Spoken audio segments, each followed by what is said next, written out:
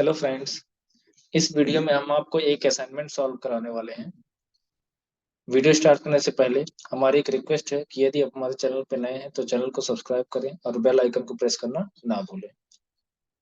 Friends, इस video में आप देख सकते हो कि यहाँ पे एक एक्सेल की फाइल बनाई गई है जिसका नाम एक्सेल डे 1 है और इसमें एक टेबल बनाया गया है। इस फाइल में एक टेबल बनाया गया है। नीचे कुछ क्वेश्चंस दिए गए हैं और इन्हीं क्वेश्चंस के अकॉर्डिंग हमको क्या करना है, इन्हीं क्वेश्चंस को हमको सॉल्व करना है। ठीक है, तो चलिए स्टार्ट करते हैं कि क्वेश्चंस को। फर्स्ट क्वेश्चन है, लिखा हुआ insert a row above the first row and apply merge and center and type account details. हमको करना क्या है, फर्स्ट रो के ठीक ऊपर insert a row above the first row, मतलब फर्स्ट रो के ठीक ऊपर एक नया रो इंसर्ट करना है। तो कर लेते हैं। जब भी आपको न्यू रो इंसर्ट करना होगा तो उसके लिए हम क्या करेंगे, रो नंबर फर्स्ट पे जाएंगे। यहाँ पे देखें, रो नंबर 1, जहां 1 लिखा हुआ है वहां पे माउस के पॉइंटर को ले जाएंगे और इस एक बार लेफ्ट बटन को क्लिक करेंगे। यहाँ से देखें, लेफ्ट वाले बटन को एक बार क्लिक करेंगे तो होगा क्या, पूरा का पूरा रो सिलेक्ट हो जाएगा। क्योंकि हमको एक ही रो इंसर्ट करना था इसलिए हम एक ही रो सेलेक्ट किए हैं। अगर हमको मल्टीपल रो इंसर्ट करना होता तो मल्टीपल रो सेलेक्ट करना पड़ता। राइट क्लिक करेंगे, यहीं पे कर्सर रख के राइट क्लिक करेंगे, इंसर्ट पे क्लिक करेंगे तो एक नया रो इंसर्ट हो जाएगा। आप देख सकते हो एक नया रो इंसर्ट हो गया है। फिर आगे कह रहे हैं and apply merge and centre. हम क्या करेंगे, यहाँ से यहाँ तक सेलेक्ट कर लेंगे, माउस से ही सेलेक्ट कर लेते हैं। उसके बाद यहाँ पे होम टैब में आएंगे। होम टैब के अलाइनमेंट ग्रुप में आपको एक ऑप्शन मिलेगा मर्ज एंड सेंटर का। तो इससे ये होगा कि ये जो जितना सेल हमने सेलेक्ट किया हुआ सारे सेल मर्ज होके एक सिंगल सेल में हो जाएंगे और उस पे जो अलाइनमेंट सेट हो जाएगा वो सेंटर हो जाएगा, मतलब जो कुछ भी लिखेंगे वो सेंटर में हो जाएगा, कुछ इस तरीके से। इसमें टाइप करना है क्या, टाइप अकाउंट डिटेल्स। देखिए, अकाउंट डिटेल्स, दैट्स इट ना। ये फर्स्ट क्वेश्चन का आंसर हो गया। सेकंड क्वेश्चन है फॉर्मेटिंग डेटा। हमको डेटा को फॉर्मेट करना है। ठीक है, डेटा को फॉर्मेट करना है जिसमें फॉन्ट क्या होगा, एंटीकुआ होगा, बुक एंटीकुआ होगा। तो हम डेटा को, टेबल के डेटा को सिलेक्ट कर लेंगे यहाँ से यहाँ तक का। ठीक है, होम पे आएंगे और यहाँ फॉन्ट में आप देख सकते हो कैलिबरी लिखा हुआ है। तो हम इसको सेलेक्ट कर लेंगे और यहाँ पे टाइप कर देंगे बुक। बुक जैसे BOO लिखा तो आप देख सकते हो बुक एंटीकुआ आ गया। ठीक है, इंटर कर देंगे तो ये जो डेटा का, टेबल के अंदर जो डेटा था उसका फॉन्ट बुक एंटीकुआ हो जाएगा, मतलब उसके ऊपर बुक एंटीकुआ फॉन्ट अप्लाई हो जाएगा। फिर आगे कह रहा है साइज 14 होना चाहिए, मतलब साइज डेटा कितना होना चाहिए, 14 होना चाहिए। 12 हो गया, 13, 14 हो गया, है ना।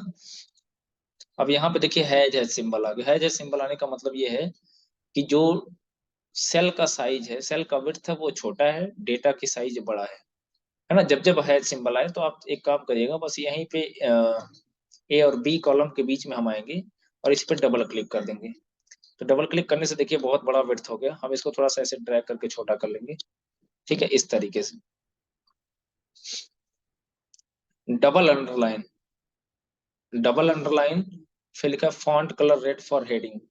अब हम क्या करेंगे, डबल अंडरलाइन कर लेंगे, डेटा को ही डबल अंडरलाइन कर लेते हैं। होम टैब पे आएंगे, डबल अंडरलाइन के लिए क्या करेंगे, होम टैब के फॉन्ट ग्रुप में आएंगे और यहाँ पे डबल अंडरलाइन का एक ऑप्शन होगा। तो इस तरीके से आप देख सकते हो जो डेटा होगा वो डबल अंडरलाइन हो जाएगा। फिर कह रहा है red colour font colour red for heading. जो हेडिंग है, हेडिंग यही है, इसका फॉन्ट कलर हम लोग चेंज करेंगे। तो उसके लिए हमको होम टैब के फॉन्ट ग्रुप में आना पड़ेगा और यहाँ से हम लोग फॉन्ट कलर क्या चूज करेंगे, रेड। तो आप देख सकते हो दूसरा वाला क्वेश्चन भी सॉल्व हो गया। थर्ड क्वेश्चन है apply double line border to the table. ये पूरा जो टेबल आपको दिख रहा है इसके ऊपर हमको डबल लाइन का बॉर्डर अप्लाई करना है। तो इसके लिए हम क्या करेंगे, होम टैब पे आएंगे, फॉन्ट ग्रुप में आएंगे, यहाँ पे आपको एक बॉर्डर का ऑप्शन मिलेगा। बॉर्डर्स में जाएंगे, नीचे आपको एक ऑप्शन मिलेगा लाइन स्टाइल का। लाइन स्टाइल में हम लोग क्या चूज कर लेंगे, डबल लाइन बॉर्डर। यहाँ पे देख सकते हो डबल लाइन का बॉर्डर है, इस पे क्लिक करेंगे। अब उसके बाद क्या करेंगे, जैसे हम उस डबल लाइन बॉर्डर को सिलेक्ट करेंगे तो हमारा माउस का पॉइंटर प्लस से पेन के शेप में चेंज हो जाएगा। अब यहाँ कॉर्नर पे ले जाएंगे, है ना, एकदम कॉर्नर पे आप देख सकते हो माउस का पॉइंटर हम ले गए। अब माउस के लेफ्ट बटन को प्रेस करते हो, हम ऐसे ड्रैग करेंगे, है ना, मतलब पूरा टेबल सेलेक्ट करना हमको चारों तरफ से। ठीक है, देखिए चारों तरफ से बॉर्डर आ गया, लेकिन अभी सेल के ऊपर डबल लाइन का बॉर्डर नहीं आया है। तो सेल के ऊपर डबल लाइन का बॉर्डर लाने के लिए आप क्या करोगे, होम टैब में जाइएगा, फॉन्ट ग्रुप में, और यहाँ पे आपको एक ऑप्शन मिलेगा डब ऑल बॉर्डर का। ठीक है, इस पे बस आप क्लिक कर दोगे तो पूरे टेबल के ऊपर, सॉरी, पूरा टेबल सेलेक्ट कर लिया मैंने, और यहाँ पे ऑल बॉर्डर पे क्लिक करेंगे तो आप देख सकते हो पूरा टेबल सेलेक्ट नहीं था मेरा। पूरा टेबल सेलेक्ट करके जैसे ही हम ऑल बॉर्डर पे क्लिक करेंगे तो पूरे सेल के ऊपर, पहले तो चारों तरफ से बॉर्डर आया था, अब पूरे सेल के ऊपर, हर एक सेल के ऊपर डबल लाइन का बॉर्डर आ गया है। नेक्स्ट क्वेश्चन है centre alignment to the table. पूरे टेबल के डेटा को क्या करना, सेंटर करना है। तो हम क्या करेंगे, पूरे टेबल को सिलेक्ट कर लेंगे, इस तरीके से माउस से ही सिलेक्ट कर लेते हैं। उसके बाद होम टैब में आएंगे, अलाइनमेंट ग्रुप में, यहाँ देखिए सेंटर पे तो क्लिक है ना, सेंटर पे क्लिक करेंगे। फिर यहाँ पे देखें मिडिल अलाइन, सेंटर तो करेंगे। अलाइनमेंट यहाँ एक्सेल में देखा जाए तो कुल 6 टाइप का होता है। एक तो ये लेफ्ट होता है, ये सेंटर होता है, जस्ट ये राइट होता है, ये टॉप अलाइन होता है, मिडिल अलाइन होता है, और ये बॉटम अलाइन होता है। टॉप अलाइन का मतलब सेल के टॉप में होगा, इस पे क्लिक करोगे सेल के बीचों बीच आएगा, तो हम इस पे भी क्लिक कर देंगे, है ना। तो ये दोनों ऑप्शन सेलेक्ट कर देंगे तो होगा क्या, जो डेटा होगा वो सेल के एकदम बीचों बीच में आ जाएगा। फिर नेक्स्ट कॉलम है set the balance and interest column into number format with 2 decimal places. इसका मतलब ये हो गया कि बैलेंस और इंटरेस्ट का जो कॉलम आपको दिख रहा है, इसको हमको नंबर में कन्वर्ट करना है। तो नंबर में कन्वर्ट करने के लिए आपको क्या करना पड़ेगा, जब भी किसी सेल की वैल्यू के फॉर्मेट को चेंज करना होगा तो उसके लिए हम होम टैब में आएंगे, नंबर ग्रुप में आएंगे, और यहाँ देखिए बाय डिफॉल्ट क्या लिखा है, जनरल सेलेक्ट है। नंबर फॉर्मेट में बाय डिफॉल्ट क्या है, जनरल। यहाँ से हम इस पे क्लिक कर देंगे तो ये क्या हो जाएगा, नंबर में कन्वर्ट हो जाएगा। तो आप देख सकते हो यहाँ पे देखें, पहले दोनों कॉलम को सिलेक्ट करके यहाँ पे हैज हैज आ गया है, तो इस पे क्लिक करेंगे तो कुछ इस तरीके से हो जाएगा। ठीक है, हैज हैज हटाने के लिए हमने क्या किया, इसका विड्थ थोड़ा सा बड़ा कर दिया डबल क्लिक करके। ठीक है, अच्छा दशमलव के बाद 2 अंक चाहिए थे, तो ये ऑटोमेटिक 2 अंक आ गया है। अगर आपको दशमलव के बाद 2 या 3 अंक चाहिए तो यहाँ से देखिए दशमलव के बाद की संख्या घट रही है, और इस पे क्लिक करेंगे, ये जो बटन आपको दिख रहा है, तो दशमलव के बाद की संख्या बढ़ेगी। इस पे क्लिक किया तो देखिए 3 अंक हो गए, और इस पे जब क्लिक करेंगे तो 2 अंक हो गए। नेक्स्ट क्वेश्चन है calculate closing balance using suitable formula. हमको क्या करना है, क्लोजिंग बैलेंस कैलकुलेट करना किस, और उसके लिए जो भी सुटेबल फार्मूला हो उसको हमको यूज करना है। तो यहाँ देखिए तो बैलेंस है और ये आपका इंटरेस्ट है, तो बैलेंस हमेशा इंटरेस्ट में जुड़ता है, तो हम क्या करेंगे, इस सेल पे क्लिक करेंगे, फिर प्लस पे क्लिक करेंगे, और इस पे क्लिक करेंगे, इंटर करेंगे, तो आप देख सकते हो दोनों का सम होके यहाँ पे आ गया। और यहाँ पे इस सेल को सिलेक्ट करने के बाद ये जो कॉर्नर पे स्क्वायर बॉक्स दिख रहा है इसी पे डबल क्लिक करेंगे तो बाकी सारा कैलकुलेशन ऑटोमेटिकली हो जाएगा। फिर लिखा है insert 2 decimal places and closing balance column, तो इस पे ऑटोमेटिकली वो क्लोजिंग बैलेंस पे ऑटोमेटिकली आप देख सकते हो कि ये डेसिमल में कन्वर्ट हो गया है, और इसका, सॉरी, इसका नंबर फॉर्मेट नंबर हो गया है। और दूसरा चीज पॉइंट के बाद 2 डिजिट्स है, देखें इसका ऑटोमेटिकली जो फॉर्मेट है वो नंबर हो गया है, और पॉइंट के बाद 2 डेसिमल प्लेसेस है, तो इसमें हमको कुछ करने की जरूरत नहीं। नेक्स्ट है insert Indian currency and closing balance column. Indian currency लगाने के लिए आपको क्या करना पड़ेगा, क्लोजिंग बैलेंस वाले कॉलम को सिलेक्ट करना पड़ेगा, होम टैब में आएंगे, और यहाँ पे होम टैब के नंबर ग्रुप में एक तिरछा एरो होगा जिसे नंबर फॉर्मेट ऑप्शन भी कहा जाता है। तो इस नंबर फॉर्मेट ऑप्शन पे क्लिक करेंगे और यहाँ करेंसी चूज कर लेंगे। करेंसी में हमको क्या चाहिए, इंडियन करेंसी, तो हम इसी में सर्च करेंगे कि रुपीज कहाँ है। नीचे की तरफ आइएगा, ऐसे माउस को स्क्रॉल करके हम नीचे की तरफ आएंगे, यहाँ देखिए हिंदी लिखा हुआ है, तो हम हिंदी को चूज कर लेंगे, ओके कर देंगे, तो आप देख सकते हो इसके ऊपर इंडियन करेंसी का सिंबल आ गया, मतलब रुपीज का सिंबल आ गया। तो इस तरीके से हम इस प्रॉब्लम को सॉल्व कर सकते हैं। नीचे कुछ और भी प्रॉब्लम दिए गए हैं, इसको भी सॉल्व कर सकते हैं। जैसे देखिए लिखा गया है इस टेबल में सैंपल 1 में आप देख सकते हो कुछ आइटम के नाम लिखे गए हैं, उनकी क्वांटिटी दी गई है, उनका रेट दिया गया है, हमको कैलकुलेट क्या करना है, अमाउंट कैलकुलेट करना है। तो देखिए यहाँ पे कीबोर्ड कीबोर्ड कीबोर्ड जो आइटम है इसका प्राइस कितना है, 300 है, और क्वांटिटी कितना है, 10 है। तो अमाउंट कैसे कैलकुलेट करेंगे? तो आपको पता है ये बहुत बेसिक्स क्वेश्चन है, बेसिक क्वेश्चन है कि जैसे होता ना, जब छोटे क्लास में सिखाया जाता था कि एक पेन का दाम अगर 5 रुपीज है तो 10 पेन का दाम बताओ, तो हम लोग क्या करते थे, मल्टीप्लाई कर देते थे। तो वही चीज हमको यहाँ पे भी करना है, क्वांटिटी इनटू, इनटू के स्टार सिंबल यूज करेंगे, एस्ट्रिक सिंबल, इस सेल पे क्लिक करेंगे। पहले हमने इस सेल पे क्लिक किया, फिर एस्ट्रिक सिंबल लगाया, फिर इस सेल पे क्लिक किया, एंटर करेंगे। तो आप देख सकते हैं इसका सम ऑटोमेटिकली कैलकुलेट होकर आ गया। सॉरी, इसका अमाउंट, कीबोर्ड का अमाउंट कैलकुलेट होके आ गया। अब हम क्या करेंगे, ये जो स्क्वायर बॉक्स दिख रहा है इसी पे डबल क्लिक करेंगे तो बाकी सारा कैलकुलेशन ऑटोमेटिकली हो जाएगा। यहाँ पे देखिए हैज सिंबल आ रहा है, तो हम क्या करेंगे, इसका विड्थ थोड़ा सा बढ़ा लेंगे। तो देखिए जो हैज सिंबल था वो हट गया, उसकी जगह वैल्यू आ गई। हैज आने का मतलब ये होगा कि समझिए कि कॉलम की विड्थ छोटी है, थोड़ा सा विड्थ बढ़ा लेने से हमारा हैज सिंबल हट जाएगा, उसकी जगह वैल्यू आ जाएगी।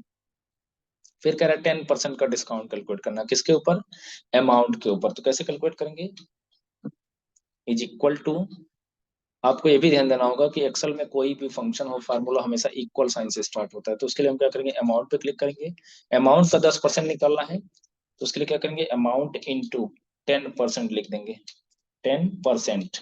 ठीक है, उसके बाद इंटर करेंगे, तो आप देख सकते हो 3000 का 10% 300 होता है।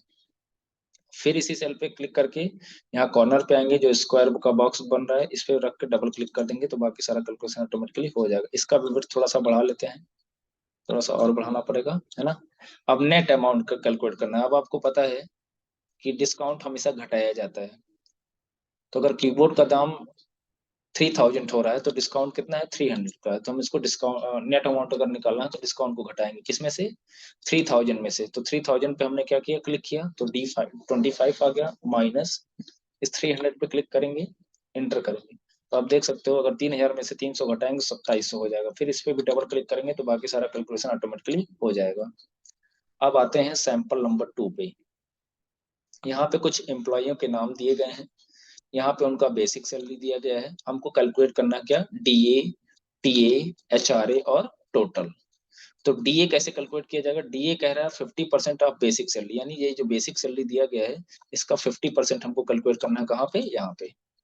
तो कैसे कैलकुलेट करेंगे, is equal to sign basic salary का 50%, यानी बेसिक सैलरी के इस सेल पे क्लिक करेंगे, इनटू एस्ट्रिक सिंबल का यूज करेंगे, जो कि आपको 8 के ऊपर मिल जाएगा, जिसको शिफ्ट की के साथ हम लोग इंसर्ट कर सकते हैं। 50%, 50%, ठीक है, हो गया, एंटर करेंगे। तो 11,000 का 50% कितना होगा, 5,500। ठीक है, अब यहाँ कॉर्नर पे आएंगे, जो बॉक्स आपको दिख रहा है इसी पे डबल क्लिक कर देंगे तो बाकी सारा कैलकुलेशन ऑटोमेटिकली हो जाएगा। नेक्स्ट क्वेश्चन क्या है, टीए कह रहा है, TA 20% of basic plus DA, मतलब जो टीए कैलकुलेट होगा वो बेसिक और डीए का को जोड़ने के बाद, ध्यान से सुनिएगा, जो टीए कैलकुलेट करना है वो 20% किसका, बेसिक और डीए को जोड़ने के बाद जो वैल्यू आएगी उसका 20% निकालना है। तो हम क्या करेंगे, ऐसी स्थिति में इज इक्वल टू साइन लगाएंगे, पहले बेसिक और डीए को जोड़ लेंगे ब्रैकेट लगा के। अगर ब्रैकेट नहीं लगाएंगे तो यहाँ पे आपका आंसर गलत आएगा, प्लस डीए, ये क्वेश्चन में दिया हुआ है, दोनों को जोड़ लिया। ठीक है, अब दोनों को जोड़ने के बाद इन दोनों का जो एडिशन आएगा उसका 20%, यानी का मतलब क्या होता है, मल्टीप्लीकेशन। तो एस्टिक सिंबल लगाएंगे और उसके बाद क्या लगाएंगे, 20%, एंटर करेंगे। तो आपको जो आपका जो टीए होगा वो 20% निकल जाएगा, किसका, बेसिक प्लस डीए का।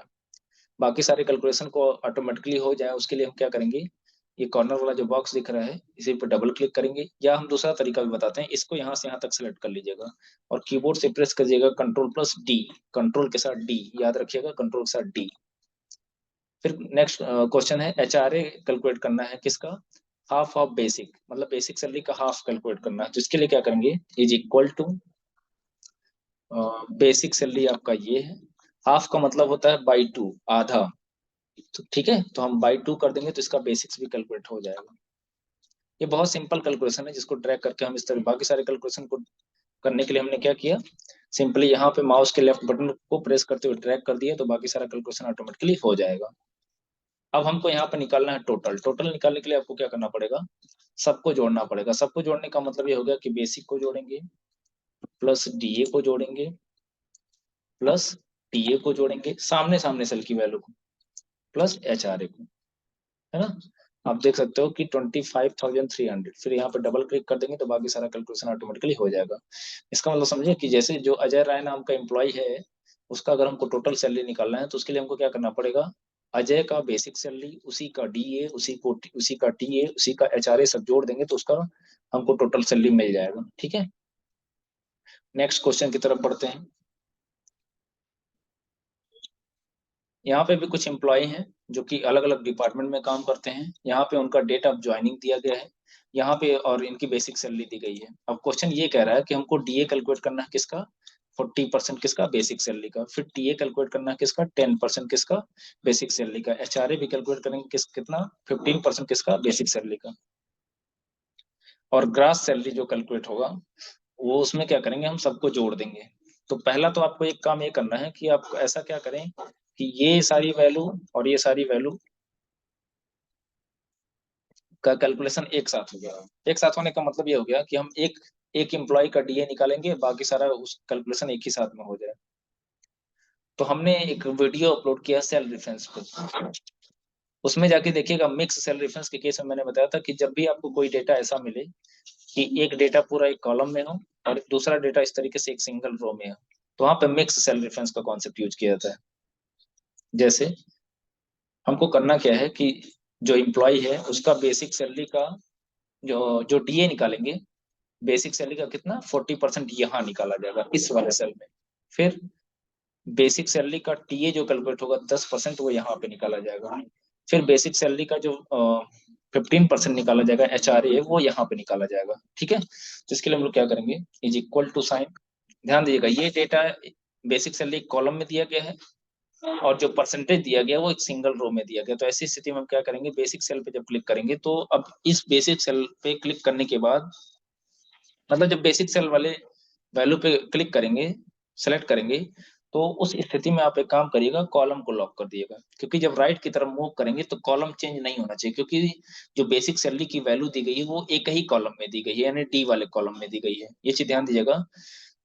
जब बेसिक सैलरी की वैल्यू को चूज करेंगे तो ऐसी स्थिति में हम कॉलम को लॉक करेंगे। क्यों, क्योंकि राइट की तरफ मूव करने पे या राइट की तरफ जब फार्मूले को ड्रैग करेंगे तो हमारा कॉलम चेंज होगा।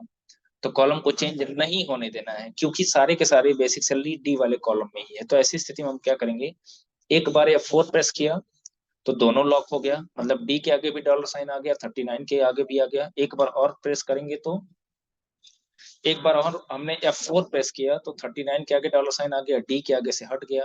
एक बार और हमको प्रेस करना है, क्यों, क्योंकि हमको डी को लॉक करना है, 39 को लॉक नहीं करना है। इनटू, जब इस परसेंटेज पे क्लिक करेंगे तो आप ध्यान दीजिएगा ये परसेंटेज वाला सब एक ही रो में है। तो ऐसी स्थिति में हम रो को लॉक करेंगे, क्योंकि नीचे की तरफ जो मूव करेंगे तो रो नहीं चेंज होना चाहिए, क्योंकि जो परसेंटेज दिया है वो एक ही रो में दिया है, यानी 37 वाले रो में है। तो ऐसी स्थिति में क्या करेंगे, हम यहाँ पे भी लॉक करेंगे, लेकिन किसको लॉक करेंगे, सिर्फ 37 को। तो एक बार F4 प्रेस किया तो दोनों लॉक होगा, एक बार और F4 प्रेस करेंगे तो आप देख सकते हो जो डॉलर साइन था वो 37 के आगे आ गया।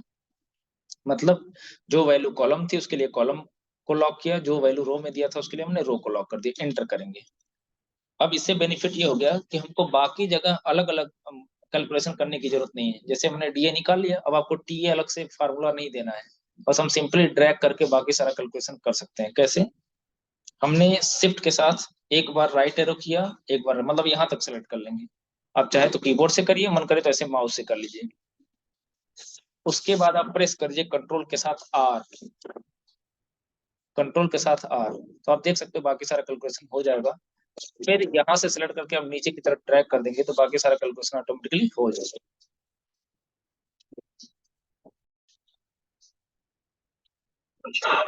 अब हमको निकालना है क्या, अब हमको निकालना है ग्रास सैलरी। तो ग्रास सैलरी हम पहले भी इसके ऊपर भी कैलकुलेट करके बता चुके हैं कि हमको क्या करना है, सारे वैल्यूज को जोड़ देना है।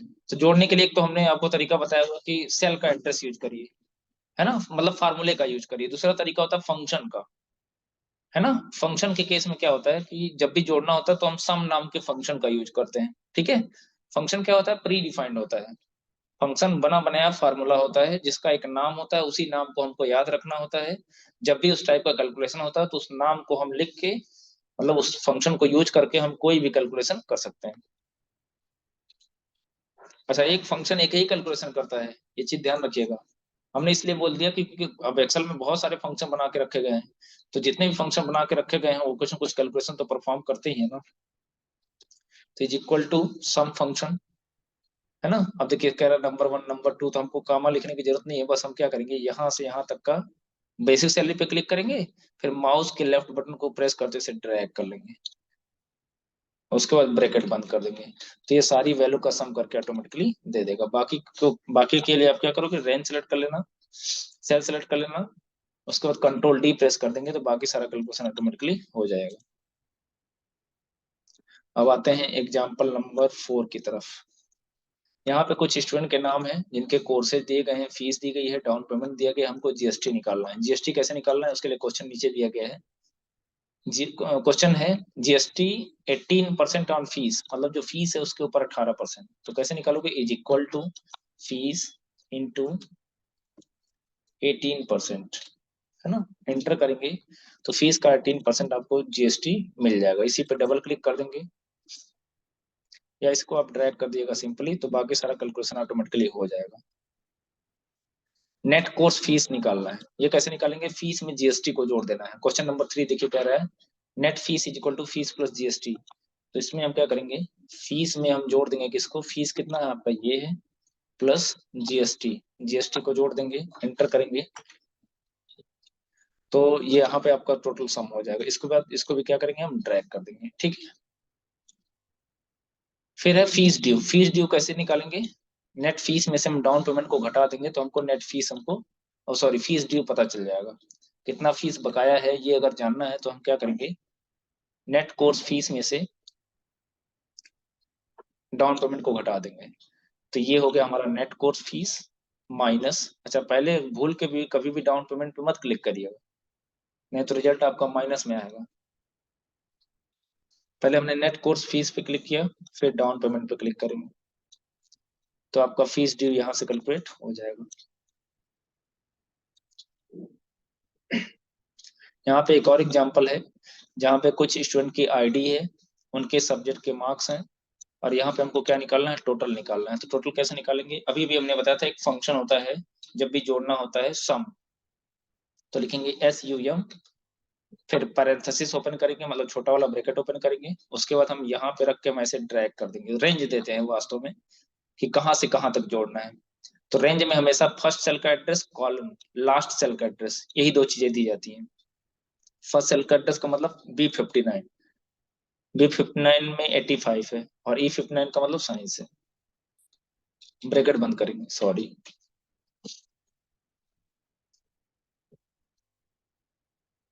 ब्रैकेट बंद करेंगे, एंटर करेंगे तो आपको यहाँ पे टोटल मिल जाएगा। बाकी सारे कैलकुलेशन के लिए आप ड्रैग कर दो तो बाकी सारे स्टूडेंट का टोटल मार्क्स ऑटोमेटिकली कैलकुलेट होके आ जाएगा। अब यहाँ पे परसेंटेज निकालना है, तो परसेंटेज निकालने के लिए कैसे निकालेंगे, परसेंटेज निकालने का जो तरीका होता है वो होता है कि जो टोटल सब्जेक्ट के मार्क्स हैं, जो टोटल मार्क्स हैं उसमें 100 से मल्टीप्लाई कर दीजिए और उसको डिवाइड कर दीजिए किससे, जो स्टूडेंट का टोटल मतलब पूर्णांक होता है उससे डिवाइड कर देंगे तो आपको परसेंटेज मिल जाएगा। मेरे कहने का मतलब ये है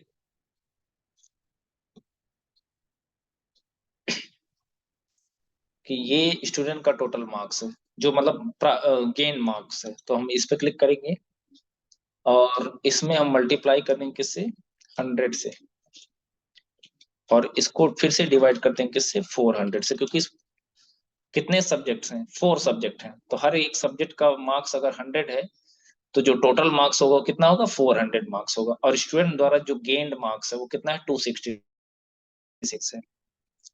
तो हम परसेंटेज निकालते कैसे,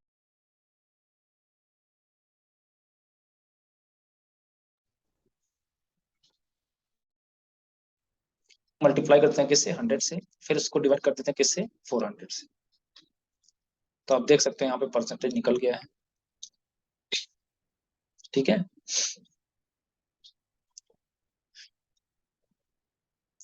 अब अगर आपको परसेंटेज निकालना है तो हम ये रेंज सेलेक्ट करेंगे। उसके बाद हम होम टैब में आएंगे और यहाँ पे एक परसेंटेज का सिंबल दिख रहा होगा। होम टैब के नंबर फॉर्मेट ग्रुप में आएगा, परसेंटेज वाले सिंबल पे क्लिक कर देंगे तो परसेंटेज आ जाएगा। लेकिन परसेंटेज जैसे हमने निकाला तो आप देख सकते हो कुछ इस तरीके से वैल्यू आ गई। तो ऐसा क्यों हुआ है? ऐसा इसलिए हुआ है क्योंकि जब हम परसेंटेज का, एक्सेल में परसेंटेज का मतलब होता है डिवाइड बाई 100। एक्सेल में परसेंटेज का मतलब क्या होता है? Divide by 100। तो ये क्या किया है, परसेंटेज लगाने के लिए इसने पहले 100 से मल्टीप्लाई कर दिया।